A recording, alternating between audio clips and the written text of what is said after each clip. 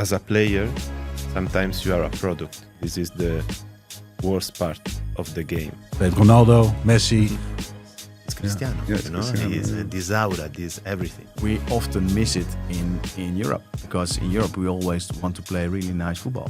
Just the owner, David Beckham, is a brand. Yeah, he's actually the best example, I think, personally. Maybe some players, important players, say, "Oh, or this guy go out, or I don't play anymore." You never know what's happening in a locker room. Welcome to the Estrella Football Podcast. Every month we take you behind the scenes of a new multi-club ownership model. My name is Xander Tchaikovsky, and together with David Dwinger, we answer one unfiltered question in each episode. Today we are recording a podcast with Cristiano Piccini as our guest, where we talk about why it is important that all clubs share the same football vision. Cristiano Piccini, welcome. Great to Thank have you here.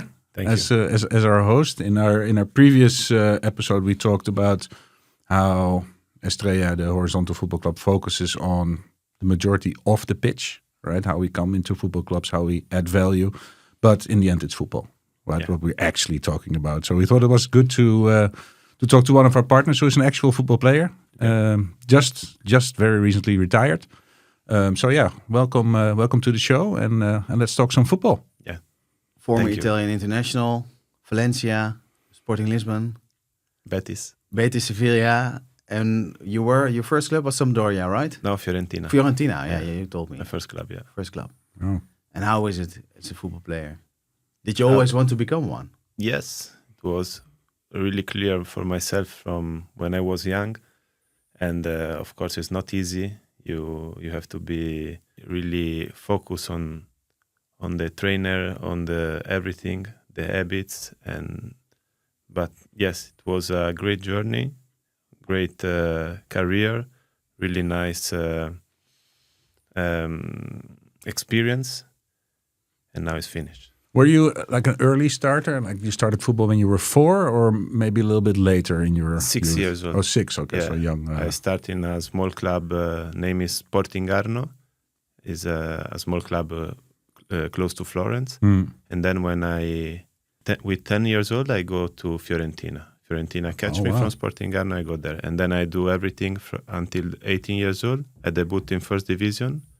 It was 5 December of 2010 against Cagliari, and and from there I start to go on loan, third division, second division, first division, and then Betis Sevilla buy me from Fiorentina. Wow. 3 years in Sevilla, one ACL broke. Then Sporting Lisbon buy me. And how is it when you got your ACL? Was easy, just 6 months. Just 6 months. Yeah, the difficult was after.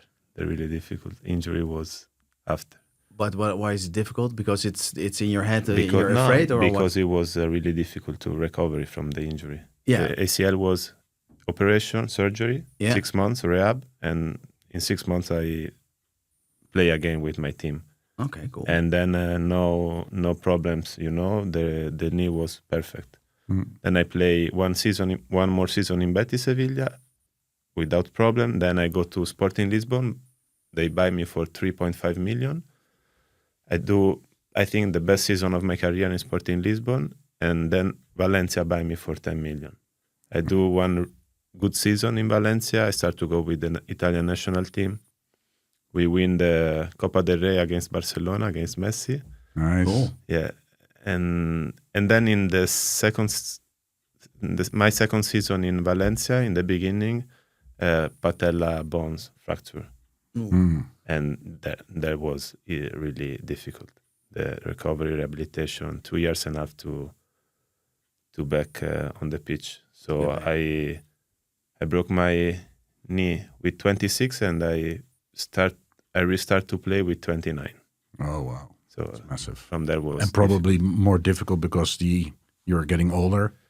You're getting older, and of course, when you have an injury, you are not the same. No, it's not easy to be the same player. But I think I was smart because I changed my position from right back. I start to play in center back, so not to run too much, Mhm. and I just change my type of football. Were you when you started, when you were young at 6, were you always a back, a defender, No, or no, like every player, a yeah, striker, and then, number 10. of course, yeah, because when you are young, You want to you are score goals. and you are the best. You know, when you have this talent, you see from the beginning, and with all this young guy, if you are the best, you And have to play. Who was your biggest example at the time when you were really little? Yeah. Which player, if you have to say one? I always in the beginning was Shevchenko. You remember from Milan? Yeah, for sure. But then my idol was always Cristiano Ronaldo. When he started to play in Manchester United, for me it was Cristiano. Yeah. And how is it then when you actually start playing for his club in Portugal? And I play against him a lot of time too. Yeah, also. Yeah, no, it was nice. And yes, he's a legend, of course, of the game. Yeah. And for me, it was a guy that you have to try to take something from him, from this mentality. He always humble. He want to win every game. He want to score every time. Every day to the gym. Yeah, yeah, you work really it's hard. not easy. It's not easy. No, It's no. not easy. It's life. I mean, Yeah. I try to do it, but I'm not able to be like him. I think nobody can. No. It's a mental game. Yeah, yeah, it's really difficult. Yeah. Cool. Hey, and now just retired from the beautiful game. Yeah. What's next for you? Next is Estrella. So I joined Estrella like investor in the beginning, and then Estrella helped me to take the difficult decision to retire from football, because it gave me this possibility to work on it, work with the group, and I'm here to try to be a valued person on the club, on the group, and to bring my experience as a player on between the board and the pitch. You've seen a couple of countries and a couple of clubs from inside out, of course. What is it that you think should be changed in the football industry? What we are actually trying to aim for as well with Estrella? I think the big problem is as a player, sometimes you are a product. You are not just. I feel this on myself when I was injured, when I suffer some problem. So I would like to bring to treat the people involved in Estrella like human being, not just like a product. So I think in the football sometimes this is the worst part of the game, in my opinion. So in Estrella we can change this, and of course the way you want to keep the identity of the club, of the region, of the club, and this is the most important, because in the end is football. Football is about the people, about the fans, and the fans have to recognize his club, the identity of the club. Yeah.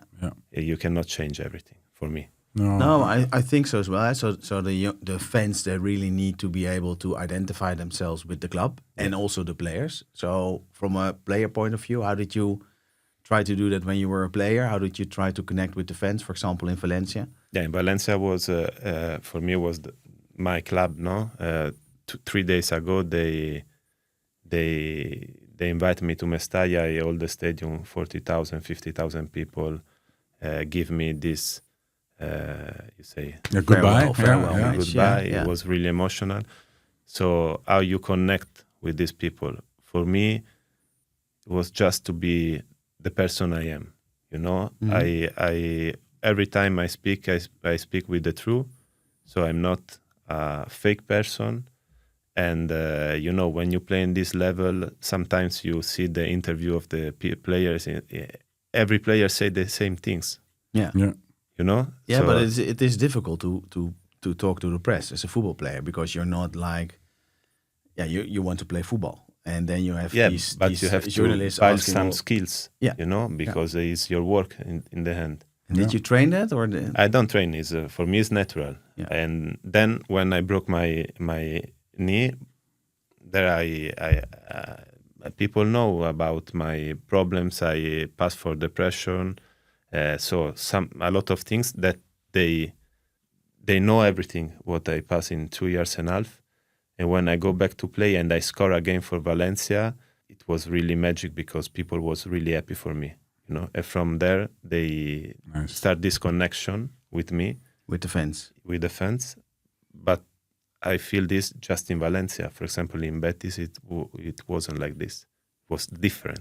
And how Totally the opposite. Wow. But is then Valencia more a warmer club or something? No, or it's what? not because of this. It's because when I was in Betis, I was young and stupid. I go out, I drink, I go, Yeah. I was young. Enjoying life. Yeah, enjoying life. But Then, you were also young, so that's... But when you don't play good or you have some problems, Yeah.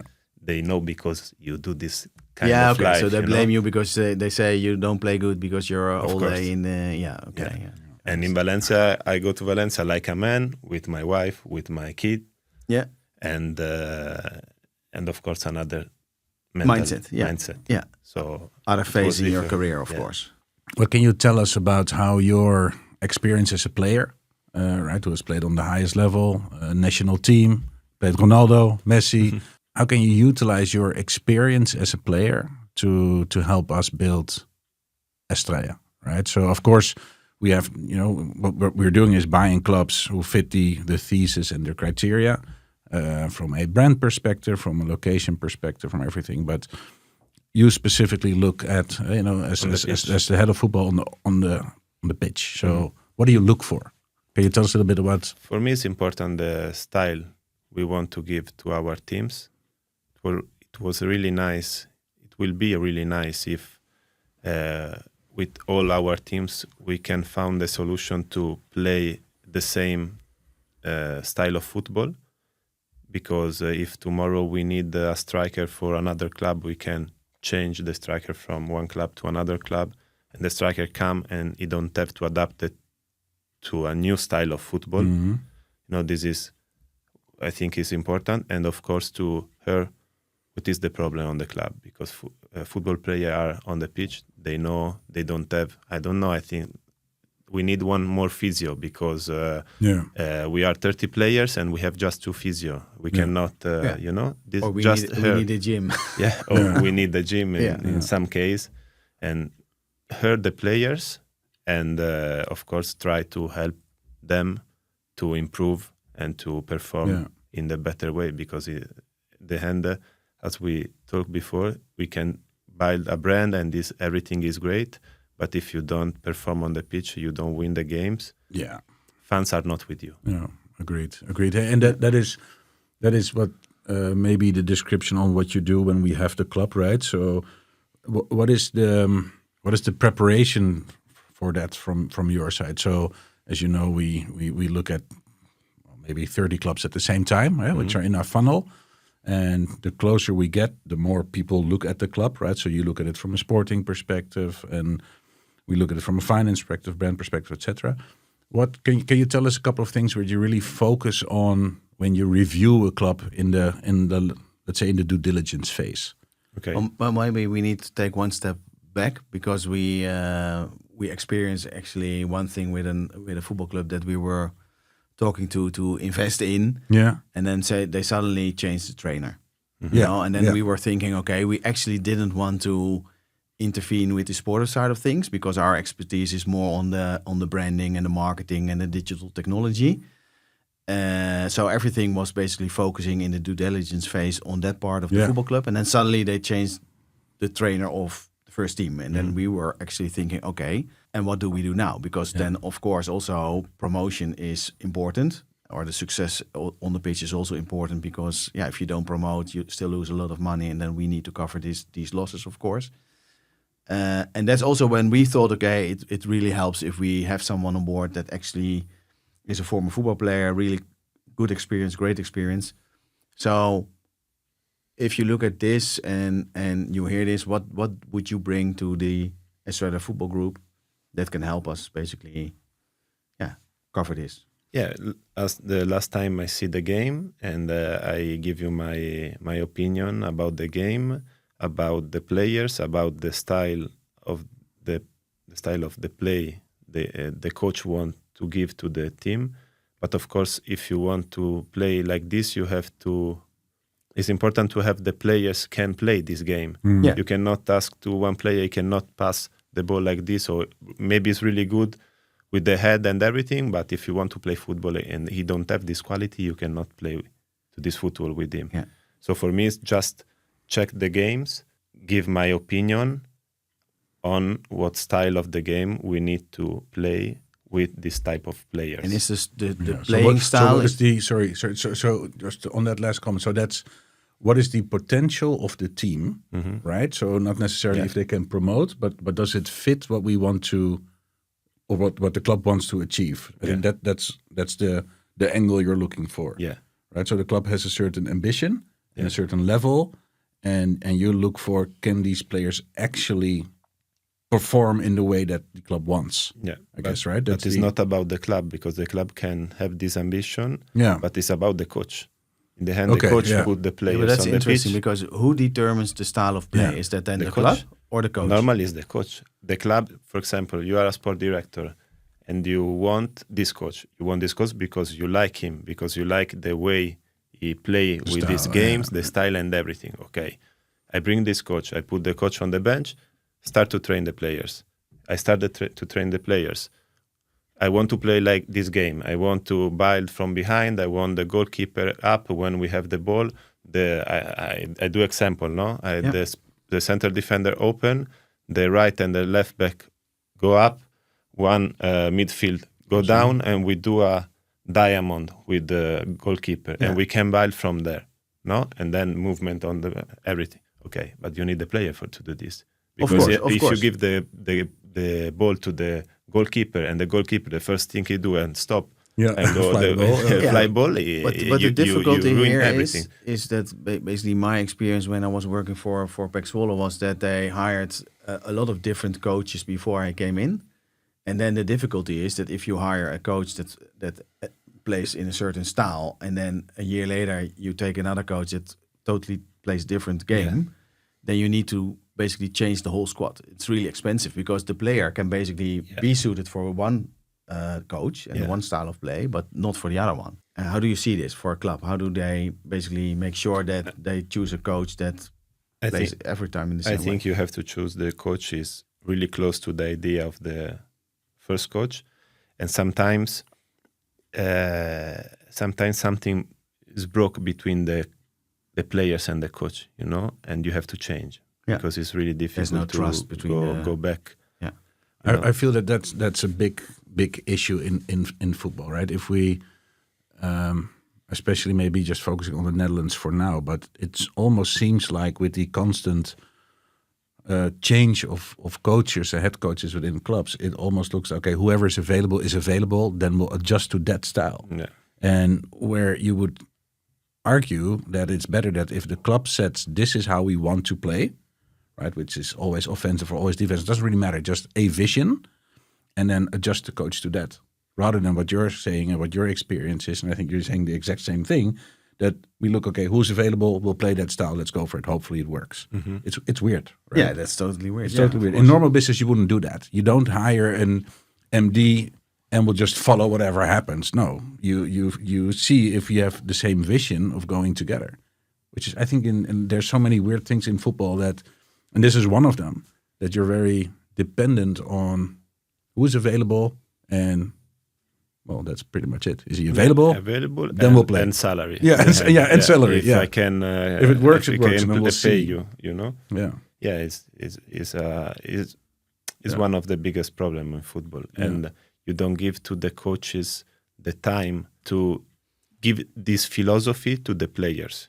Sometimes you play 3 games and you are out. Okay, but I don't have time. If I want to play like this, I need more time. Yeah, what I think was really strange, and it happened a couple of weeks ago, is that basically a club in Germany, they wanted to hire a new coach. They did quite some research. They came with Erik ten Hag, and then within 2 weeks he is fired.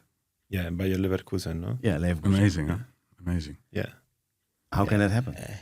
This is not an Is- unknown is person, that right? an- I mean, there's No, a lot. and he has because a certain style of play, and you know what but he, maybe it's he not likes just to play. about results. It's about the person inside the club. Yeah, can also Maybe be, have of course. problem with Yeah. players. Maybe some players, important players, say, "Oh, or this guy go out, or I don't play anymore." You never know what's happening in a locker room, or really in a club. Yeah. And sometimes this can happen. What type of coach was the best for you? In my career, it depends of the period of my career, but the first coach for me was Jorge Jesus in Sporting Lisbon. It was the coach who's really improved myself Okay. in the defensive phase. He helped me too much, and he gave me really the base to be a Champions League player, Then Marcelino Garcia Toral in Valencia. It was really in every details, the food, the weight of the players, the train, the minutes you play, everything. He check everything, sleep, recovery, everything. And he bring me to national team, really. Yeah. When he trained from him, I go to the national team. And then after the injury, after everything, Christian Titz in Magdeburg, second division in Germany. And for me, as I see football, the best way to play football is like this coach, Christian Titz. I love him, like he want to play football, his philosophy, the way he train everything, because it's not just, okay, I want to play this, but you have to train this type of football every day on the training center. Yeah, it takes time. Huh? It takes time. And what I said before, sometimes it's too much because you say, hey, we win 1-0. Why I have to play like this? I just close myself. I want to win the game. And the last 5 minutes, I don't want to risk nothing. So I play all the defensive and ball high. The last, No, with him it's just, no, we play like this. We play football, we play like this. If they score and we don't win, it's my fault. And it's happened, but he don't change. And then last season in Magdeburg, he arrived, I think, third in second division, in third or fourth in second division in Germany, with a club that for players don't have this quality to arrive in the high position, And now he's in for Hannover. And for me, this season or next season, he go up in first Bundesliga, because He's a good coach. But in Magdeburg, they was smart to give him the time to improve, the players. Maybe one more question on that, because again we've worked now together for a while, and we've seen the way you look at clubs, and how do you do the analysis on players and etc. What is your favorite football country? Not just Spain, because I know you have a special love for Spain and Valencia, etc. But more related to your work now, what do you think is the country with the biggest potential? Maybe not even ambition, but potential. Depend on what we. For me, right now, Mexico is a good market. I play there. I have a lot of talent, and they have a lot of money there too. Yeah. And now they open the promotion and relegation from second division. So second division, buy a club in second division in Mexico can be a good market. Yeah. Then for fans, for the way they live football, for me, in my experience, Germany is the best country, because you go in every stadium, in every category, every city, and is always full. So Hansa Rostock, Holstein Kiel, St. Pauli, Magdeburg, Braunschweig. Sorry, I don't know if I say. Every stadium is full. Yeah. A third division is the same. Yeah. So if we have the possibility to have a club there. But a Mexican club, would that fit into the Estrella model, so the horizontal MCO, or is the football that they play in South America, is it really different from Europe? It's not different. No, it's not different. No, it's not fast like European football. It's slow. You have more time to thinking about when you have the ball. Then you have contact. They have this green tackle. Yeah, it's more physical. Yeah. But you have a lot of quality player in Mexico, and then you have this opportunity to go with the Leagues Cup, with this tournament they do with the MLS club. Of course, you receive a lot of money too about this, and you can show your players there. And MLS, they have money. If they want to buy some player, they buy it.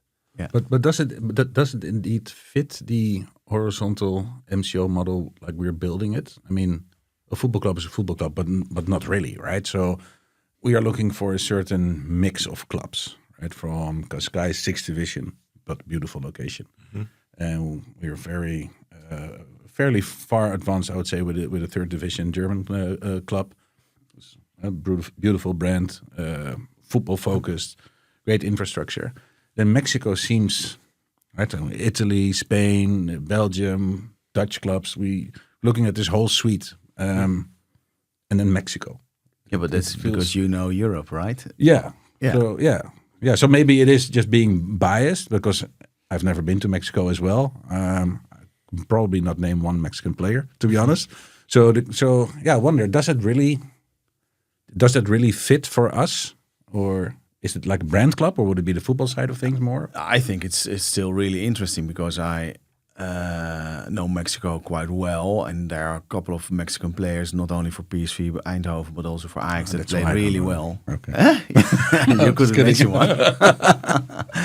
Chicharito Hernandez, Real Madrid, Manchester United. Yeah, and I think that's the way they play in Mexico and in other countries in South America, which is more physical. We often miss it in Europe because in Europe we always want to play really nice football. Yeah. But you also need other type of players. You cannot only win matches when just playing nice football. No, South America players are the best players in the world. At the end of the day, if you check Argentina national team, they have really good players, and every year they put one on the stage. Now Mastantuono from River Plate to Real Madrid. Mexico, for example, now I think last year they sell Vasquez to Genoa, one of the center defender in Serie A right now. So you have a lot of talent there in South America. Colombia too. Colombia as well. Is a good market. No, too. I'm not doubting the talent at all. I mean that's very clear, especially if you talk about South America as a whole. What I'm wondering about is that we need to build this mix, right? So it's not just any club we want to add, right? So the horizontal model is club plus another club plus another club, etc. But there is a fit, right? So it's not just always about football. It's not always around brand. But I'm just interested to see how we develop this going forward. That there's maybe like 3 stages. I think, Xander, you mentioned this afternoon. There's the football clubs, which are football clubs. And then we have maybe the more brand clubs, like Cascais and a couple of others. And then we have maybe the potentials. The potentials. Yeah, maybe that's the best word for it, right? So, and they could become football or they become brand. And the ultimate will be that they're both, right? But like I said, maybe that's an interesting topic to discuss maybe another time as well. But how do you build this mix within the Estrella Football Group? Yeah, I personally think that it shouldn't be only European clubs that are part of an horizontal model that actually create a network together, but it should also be in South America or even North America, or what Alessandro said in the first episode is Japan. I also think it's really interesting to have a club in Japan added to the network because it's totally different. But it's also really interesting to see, okay, how can we mix these cultures and to really create benefits both ways, actually? Because we often think, okay, Mexican players or Colombian players can play in Europe, but why can't we play in South America? It's also great. Well, and you did it yourself. A lot of players from Spain going to Mexico now. I go there last season. Sergio Ramos is there. Oliver Torres is there. Sergio Canales is there. Lucas Ocampo is there. Fran Villalba is there, so maybe you have 20 players from Spain or from Europe in Mexico right now, because salary is higher than Europe right now. Yes, salary higher than Europe. For Europe player. But how is the level of the competition? Is if you're like Sergio Ramos, is it then a lower level or is it just similar? for me, the level depends on, of course, on this league, because if you speak about Premier League, La Liga, if you speak about Serie A, it's not at the same level. But if you speak like second division in Italy, it's the best level. You have a best level in Mexico. Yeah, of course. Yeah, so for a lot of players, it can still be a sportive decision, because we all know Inter Miami, where Messi now plays football. I personally think that Inter Miami is a brand story. It's brand. Absolutely. Yeah, it's branding, It's you know, and people, the players that are playing there. Just the owner, David Beckham, is a brand. Yeah, he's actually the best example, I think, personally, of a player that actually becomes a brand or turns into a brand. And he's doing quite well, because I think all the American people that buy tickets to go to Inter Miami, they do it because they want to see Messi playing. And it's not about the football, you know. It's not about the quality of the football. They And don't of course win they nothing. want to win. Yeah. No. They don't win nothing. Yeah. I would Till probably now. go to see Busquets. Yeah, so it can be I both think ways, you know. Busquets It's really retired. interesting. Busquets is retired. Yeah, it's now at the end retired. of Yeah, the- but from a, what I really thought was interesting when I watched that series about Inter Miami is the instant fan engagement they had, right? So they went from almost non-existent to boom. Yeah, because They're of hardcore Messi, fans. because of Messi. Yeah, it's Yeah. quite Like interesting. Al Nassr, when Cristiano singing there, Yeah. the follower in Instagram pass, I don't know, from 500K to 20 million. Yeah, and what people don't know is that Adidas is the sponsor of Inter Miami, and the best shirt they sell worldwide is actually the shirt of Inter Miami, and not of Real Madrid. Yeah, imagine. Amazing, yeah. So they're selling so many shirts. So it can be really profitable, but it's not so much about football, and that's what I like. Of course, I also like the football clubs where it is about football, where it is about achieving the highest that is possible. But I would also like to have a football club in the network where it's just about the branding. But and in the story. States, they have another mentality. Yeah. Do this in Europe. Do this in Real Madrid. If you don't win, you don't go to the stadium. No. The players, they cannot go out in the city. Yeah. In the States, they have another mentality. Yeah. Yeah. Yeah. in You the can do States, this in this type of country. You cannot do this in a country like Spain. You know, you can do this, but you have to check the sport performance too. Yeah. Yeah, I once spoke to Dennis de Kloeze because he worked in Mexico as well as in the United States. And he said that he actually wanted to move to the Netherlands because it's another experience. You know, in the Netherlands, we also want to win every match. And the thing that he found annoying in working in America was that basically all the fans say, okay, better next time, you know, and that's it's a total different way how they live football. Mm-hmm.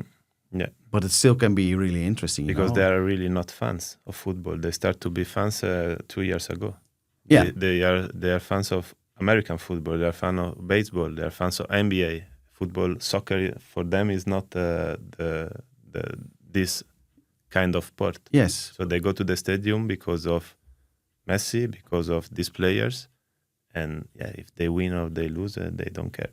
And in Europe, it's not like this. In Mexico, it's not like this. In Colombia, it's not like this. In Argentina, it's not like this. And it's strange because in other sports, the Americans are really competitive. Yeah. They want to win everything, you know. So it's really strange that in football that it's totally different. And what now they start to change, maybe because now the new generation see more soccer than they ask. Yeah. Than baseball or than another. Yeah, and they're also sport. starting up a new league where you can actually relegate and promote. So that's also a big difference than of course in Europe. What we actually see a lot in Europe is that there are quite a lot of clubs that are owned by American investors, and they try to basically determine how the way European football clubs need to play football. What do you think of that? It's interesting. They are really good to do business because they are the best to do business. Yeah. But they cannot speak about football because they don't know about football. They cannot run in the club in the sport direction like they do in America because football is not algorithm, is not all these things. You know, football is you feel the players. You feel maybe this guy is not good. I mean, he's not a top player, but on the locker room is the best teammates you can have. This is important too. Yeah, of you course. know? Yeah. It's important when you have some situation that you have one guy maybe don't play any game, but he go to the coach and say, "Hey, coach, this is not okay." This is really important too. in one locker room you need everything. You know, it's not just this guy can shoot the ball from 500 meters. I don't. Yeah. You know, you need everything on a locker room. Everyone is important, and sometimes you have shit person too on the locker room, and you have to put him out. I think that's the real example of how they do. One of the things they do differently. American owners, but they leave it as it is on the football side, which I think is the exception. Because as you said, we talk to a lot of clubs, and a lot of them have American owners. And to be honest, we still need to find one which for a club which is for sale, which is really steady and stable and successful. We have now seen quite some examples of clubs which just but they don't make it. It is changing. It is changing because in the Premier League, the teams that basically ended up in the first and second position this year were all owned by American companies. But who work inside? Who have the decision? They changed their mind because they're not so much focusing anymore on the sports side of things. So they leave that to the clubs. Yeah, exactly. And they start on you put the money. But I think the difference there is that are companies, which could be American companies, and they run it through a local team, which I think is the better way, where we've seen examples where it's like a vanity project, right? I own a football club, and now I start to manage it from somewhere deep in the US, Chicago. from Chicago, and tell somebody in Spain what to do, right? And I think that's per definition a recipe for a mess, to be honest. At least that's what we've seen up till now. I think they're hurting. I think they're hurting the whole industry in that sense, right? Everybody has the right to buy a football club. That's not what I mean.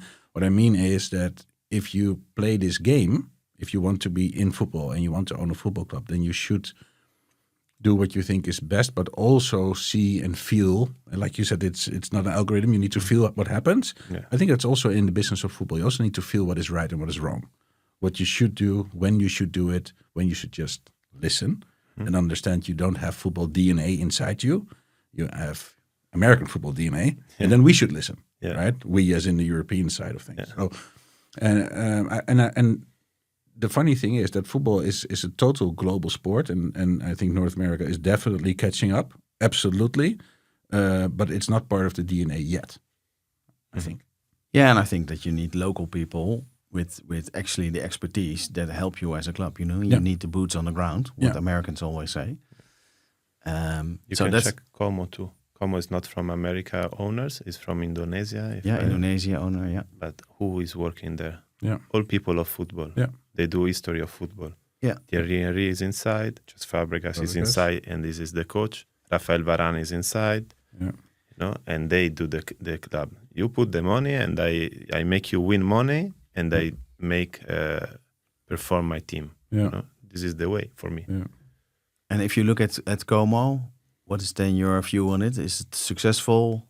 It's a successful brand, successful club, and for me right now is one of the best club for a player to go to play, because you don't have this pressure that you can have in beautiful Inter, location. Beautiful location. You live in Lake of Como. And you are 20 minutes from Milan, 30 minutes from Switzerland too. But the lesson there is then, I think, that you can both create a lifestyle brand out of a football club, but you also need the right people on the football side to actually perform really good on the pitch. Because if you don't do this, then Como would have been not so successful. No, 2 years ago, I played against them in second division. They win the league. They arrive, I think, second in the league, and they go up. We play, when I was in Sampdoria, we play against. And if you don't manage the team as Fabregas do it, to win, to take the player, spend money to take the player and win the games, to go in the first division, they are in second division. Is this not the problem what's happening with Versailles, which is, I actually don't know where they are currently on the table, but it's also a brand club, right? Beautiful brand, beautiful shirt, beautiful story, but it's not working. At least from what I hear from people who've been there and who've been inside the company, inside the club, it's also a broken model, right? So I think the focus there was really on, of course, it's a beautiful name, Versailles. And building a beautiful shirt or designing a beautiful shirt, trying to sell it, and then failing because it's not just about the shirt, right? There needs to be more than that. No, I think that by creating a brand, you attract a new generation of fans. They start to buying the season tickets. They start buying the merchandise. You can sell the merchandise internationally, and then you have a lot of money to spend. But then you also need to spend it wisely, and then it needs to be spent on the sporter side of things. And then of course you can buy another Messi or Ronaldo. But I think that's not really smart to do. And that's actually what I also like about Wrexham, where they spend not all the money that they got from the series in really good players. It was also always one division higher. So if they were playing in the 5th division, they would try to get players that actually are good enough for the 4th division. Mm-hmm. So it's a smart thing of basically not only growing as a club and become financially sustainable, but also on the sportive side of things, you need to invest. Yeah. One totally unrelated question. You mentioned Sergio Ramos, which is, I've got 2 favorite players. Yeah. And he's one of them. The other one is Zlatan. Have you ever played against him? Zlatan, yes. And Sergio as well? Yeah. What is the big difference between Cristiano Piccini from a player's perspective, the type of player, and Ramos?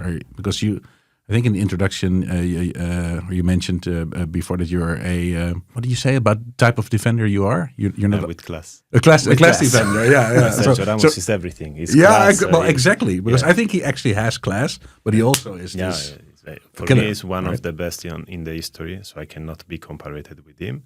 I was a good player, really good player for me. Without the injury, maybe I was really better. Not at this level, of course. But for me too, Sergio Ramos is one of the best, one of my favorite players. He has both. He have personality. He's a leader. He go and shoot a penalty with Panenka. It's crazy. I love him. Yeah, me too. Zlatan too. I've seen Zlatan play when he was still at PSG.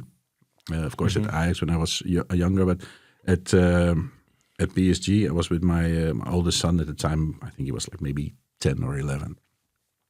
And we were in the first row, PSG. And Di Maria was there. And Gregory van der Wiel was still playing there. Yeah. And I'm not sure who PSG played, but I was only focused on Zlatan. And I think he was out of the 22 players on the field, I think he touched the ball the least amount of times. And he was the most dominant player as well at the same time. So he didn't really, it almost looked like he didn't do much. Mm-hmm. And by doing that, he controlled the whole game. Yeah. He was just there standing there playing with his hair, cleaning his boots, being Zlatan, right? Yeah. But attracting a lot of space and players. And by doing that, again, not touching the ball, generating a lot of space for the others to move. It was really amazing to see. Yeah. Amazing to see. Yeah, and then you have some players, they have that aura, you maybe don't play good, but your eyes is just for this player. Yeah. I play against Cristiano Ronaldo a lot of times, and I play in the same stage, at the same level, of course. I play against him, I win a lot of duel against him, but I feel me really small in front of him. While you're playing against him. Yeah. Right. So that means you're playing there. Yeah. But you still feel that. Yeah, because he's Cristiano. Yeah, Cristiano, he's this aura, this everything. Yeah. And you have some player history in this game. Yeah. What would you like to achieve working for Estrella in the next, let's say, 2 or 3 years? Where do you envision? Of course, is improve with the group, not just the group, improve myself too, because for me it's a new challenge, it's a new journey, and I have to learn a lot from all of you and from all the people I meet in these days and maybe in the next future. And and of course my dream is being Estrella, bring Estrella and see Estrella at the highest level with a lot of clubs, manage in the best way with sport results, with marketing, branding, and everything, with of course everything. Yeah. And, but really help us on the things around the football clubs that are actually happening on the pitch or in the dressing room and all that kind of stuff. Yeah. Okay, cool. Great stuff. Well, thanks for being with us, Cristiano. Thanks, David. It's great to have you here. And on to the next one. Yeah. Thank you. Thank you very much. Thank you. Thanks.